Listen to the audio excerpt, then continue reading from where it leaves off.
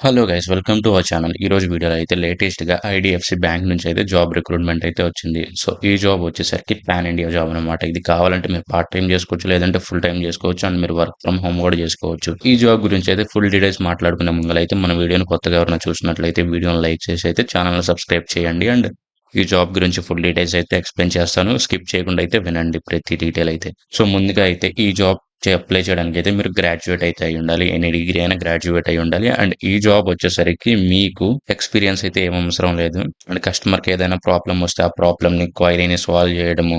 So, ఇలా అయితే ఉంటది మీ వర్క్ అయితే.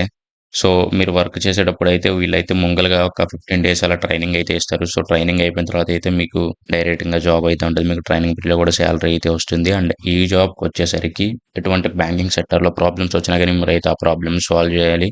ఇలా అయితే ఉంటదనమాట. ఈ జాబ్‌కి ఎలా అప్లై చేయాలో చెప్తాను. ముందుగా నేను డిస్క్రిప్షన్‌లో అయితే లింక్ ఇస్తాను. మీరు లింక్ మీద క్లిక్ చేసిన తర్వాత అయితే ఈ వెబ్‌సైట్‌కొస్తారు. ఈ వెబ్‌సైట్‌కొచ్చిన తర్వాత కింద అప్లై నౌ అని ఉంది కదా! ఈ అప్లై నౌ మీద క్లిక్ చేయండి. ఈ అప్లై నౌ మీద క్లిక్ చేసిన తర్వాత అయితే మీరు ఈ వెబ్‌సైట్‌కొస్తారు. మీ లొకేషన్ పర్మిషన్ అడుగుతుంది.